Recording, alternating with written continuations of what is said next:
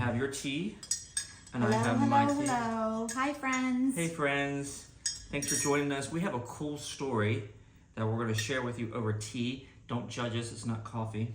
It's afternoon, rainy, and it feels like tea. It feels like a tea and a good mystery It movie does. book I'm we letting should mine read. steep a little bit longer. Yeah, well. I'm going to make it here in a minute while we're chit-chatting. Well, we have a really cool story we want to talk to you about. But really, it's your story, so why don't you kind of tee us all up while I kind of stir my tea up. Oh, Tee us up. I see what you did there. That was good. Was that intentional? No. That really was a dad That was a dad joke. It just came right out. Okay. All you dads out there can appreciate that. So on with the show, passing the bad puns here. Okay.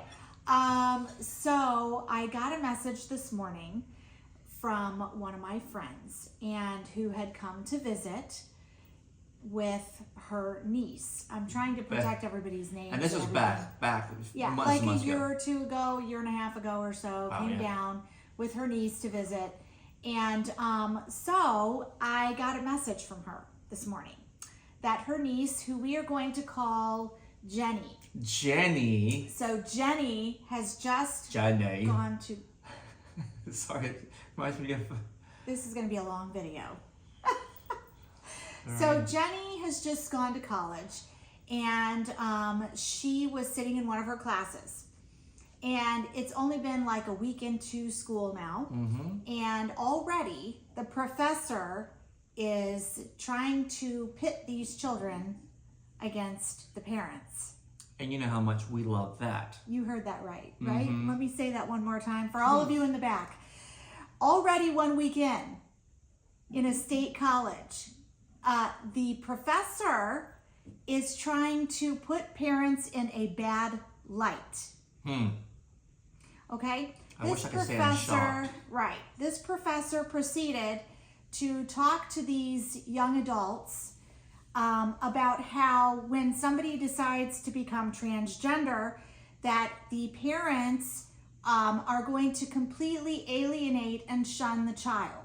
So let me get this right. The professor positioned all parents as unsensitive, uncaring, horrible people who are going to automatically push their so it makes them the victim. Right. And so Jenny proceeded, who had come down to visit us about a year and a half ago, and we were sharing with her our story, and we were sharing with Jenny how we truly do love our child, and that we have reached out to our child many times, in communication with our child, chatting with our child, texting with our child, on the phone with our child. In fact, we have a call with her tomorrow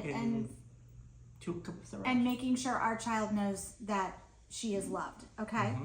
And so in regards to Jenny sitting in this class this past week or last week or whatever it was, she proceeded to tell that professor about our story, saying that that's not always the truth, that's not always the case, and that not every parent shuns, alienates, and decides to disown their child. That not every parent does that, and that she knows of a family who is currently in this situation.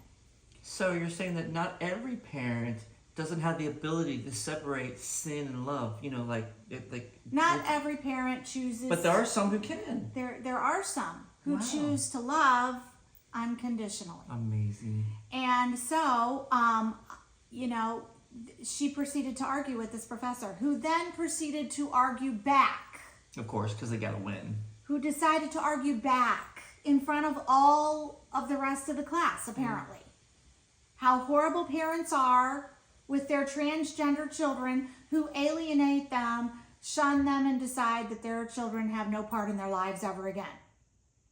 This is what's being taught at this particular state college, and probably others. I assume this is like atypical of the professorship of and most so state colleges. I'm really not that shocked, actually. No, I'm when not. I think back a long time ago, and it has been many years, okay? Yeah. When at the early on stages of our situation, where our child didn't want to have anything to do with us, our child didn't want to talk to us, our child didn't want to be a part of the family. Our child, she basically just didn't want anything to do with us, okay? And I'm thinking back on that now, and I'm wondering how many professors at her school poisoned her mind against her parents. Yep. I mean, I have no proof of this, but it is kind of something that is going through my head now. I'm pretty sure you're right. Of how many of them have poisoned our children against us when in fact it's lies. 100%. Because a good parent, even though you may disagree with your child's decisions and you may disagree with your child's life, a good parent will never disown their child, no matter what crime, what sin, what they've done. They're still your child. And we told our child that from the beginning, that there was absolutely nothing that could be done that would cause us to stop the love. Ever. Ever, ever, ever, ever, ever. Would we ever disown our child? No. Can I pause you on just for a second? Because I think that you're making a point that we, because we've been through this for 8, 9 years, Close whatever. to 8 years is when this all started. We're here now, but there's a lot of people that may be watching that are at the beginning, and this is something that you and I had to work a really hard pace through. Right.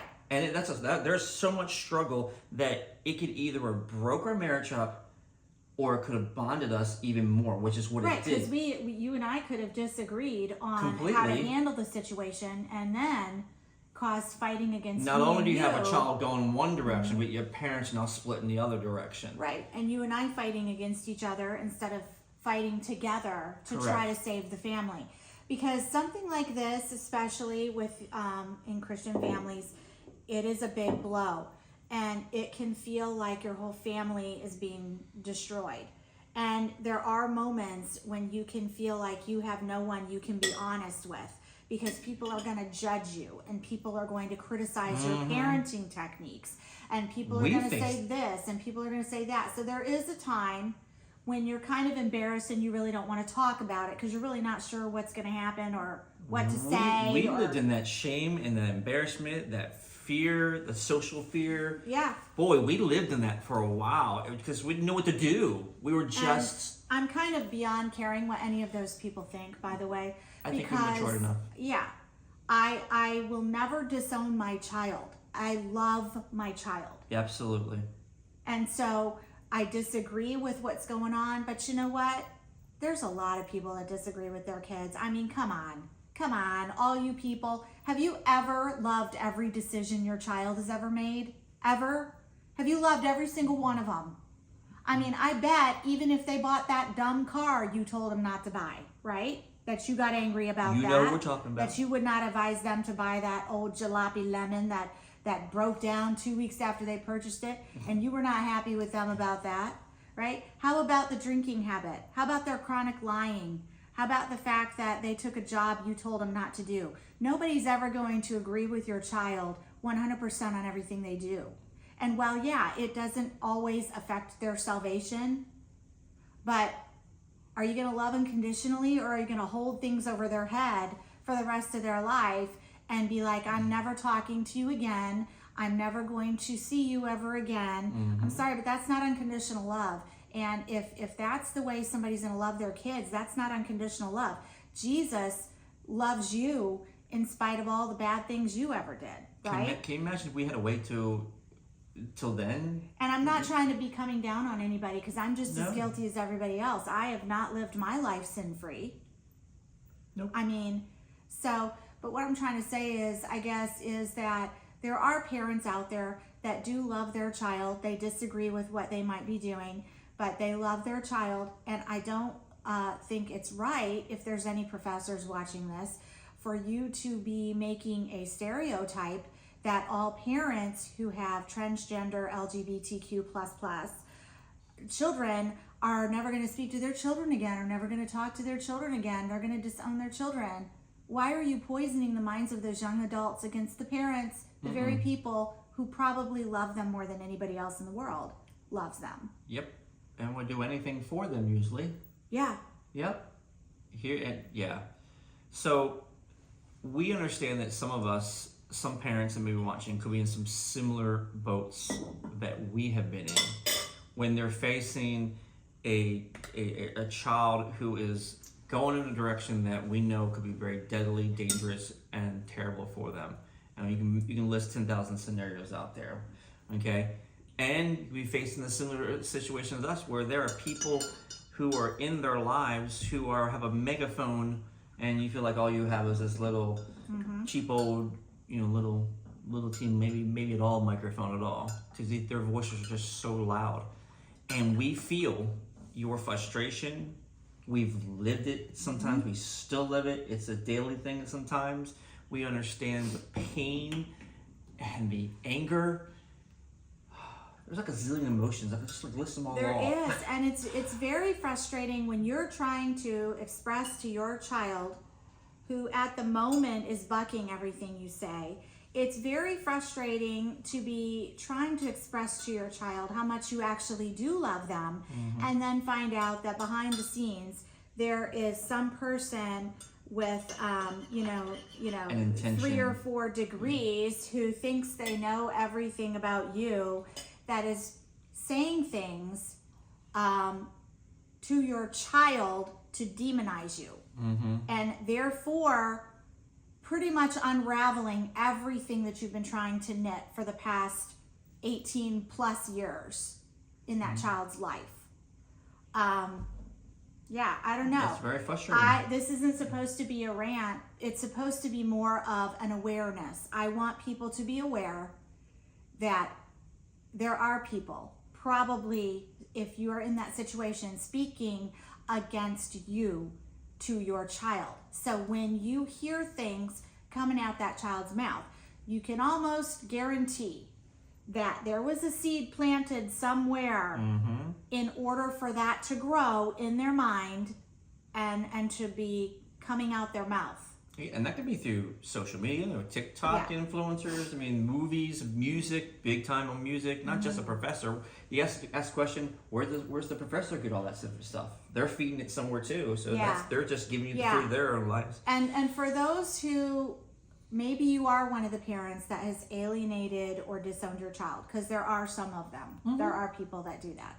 Of course. I would caution you very much against taking that route, because that is not going to get you what you want. That is not going to get you the result you want. That is not going to get you the relationship you want. If you think kicking your child out the door, being hateful to them and disowning them completely is going to make them want to come running back to you, it just doesn't work. Yeah. You don't have loving someone and accepting their behavior. It can be two separate things. I can love them and go, look, you broke the window, so you're going to have to repair it and fix it and make it right. I still love you, but you have a consequence for it. And just because your child has a sin or is going the wrong direction doesn't mean you disown them without loving. You still can love them, but you're going to live with some of the consequences of it. Yeah, I agree with what I heard a speaker recently say. And he was talking about a man whose daughter had gotten pregnant unwed. And he was saying that this person took the stance of, we are not in agreement with what our daughter did. However, we will never be ashamed that she is our daughter. There you go. And that's the stance I'm taking. That could be a very fine line, but That's shows the stance love. I'm taking. But I don't necessarily hate the sin. But Right. What's that old Bible? That's a Baptist saying. Hate the sinner. No, hate the sin, Hate love the sin. sin and love the sinner. That's an old phrase. And so, and if you are in the LGBTQ community, you just need to know that, what comes across to you as being hateful really is not hateful. Because we love everybody. Jesus loved everybody. But there comes a point where you have to say, I disagree with what you're doing, but I love you anyway, right? And I would say that to an alcoholic child. I disagree with what you're doing, but I love you anyway. I would say that to a child hooked on drugs. I disagree with what you're doing, but I love you anyway. Okay? I would say that to a child who has poor eating habits, like really bad eating habits that are harmful, or a chronic lying problem, okay? It does not matter what it is. You can put other things in the blank. I disagree with you, but I love you anyway. And that's where it stops. There is no you're being hateful because you won't accept me. No, because then I would have to accept a drug addiction's, the fact that they want to keep doing drugs, and no, I can't accept that that's good for that person, but I can love that person. Amen. So I have an exciting announcement that I wanted to make. Okay. We have for a while have felt the need to help and to bless other couples, married couples who are struggling either in their marriage, or they're struggling simply because they're having challenges with challenging kids. And so we are launching. What is challenging kids? Define challenging kids. The word challenge can be anything. Kids who, like our kids who have ADHD or ADD or DMDD or 10,000 other acronyms, they're just wild and crazy and they're hard to control, not necessarily bad. Or to disruptive kids who are adoptive kids with trauma, kids with addiction. Yeah. So, and then you get challenging where you actually have substance challenges, where they're into children, adult prodigal children. Definitely adult prodigal children, Or older teens, So as foster parents ourselves, we've had several foster kids and obviously adopted children and our own kids. We've had a lot. We've been through a lot, and we've figured out how to make a marriage work. Yeah. It hasn't been easy. So our Putting marriage, up with me is never easy. At some point we'll tell our story, but our marriage has been to rock bottom, back, rock bottom, back, rock bottom, back. I mean, we've seen the bottom of that rock bottom quite a few times. You can flip it over and look at their names are covered. And, we've had people go, I don't know how y'all are still standing up with everything you've been through. Well, I don't either, but we are the weeble wobbles you can't knock over, I guess. That's right. And I've seen people get divorced for really ridiculous things. Yep. And if we were going to get divorced, baby, I would have divorced you years ago. I've already trained you enough. I can't afford to train somebody exactly. else. Yeah, I ain't doing that again. So we'll leave a link in the description or somewhere up here. Go ahead and click on it. You can go ahead and reserve a free discovery call. It's about 10 minutes where you can chat with us and see if we like you, you like us. We'll hear your story. We'll tell you a little bit about us. And then if it's a fit, we can move on from there. And if you know of a family who is currently struggling with challenging kids and perhaps their marriage has taken the toll, then we might be a good fit for your friend or family member as well. So please feel free to pass this link along. Again, we will have a free introductory call to see if this is a good fit for everybody. Yep. God bless you guys. Enjoy your day. Have a great day. Thanks. Now I have to sit here and wait for him to turn the camera off.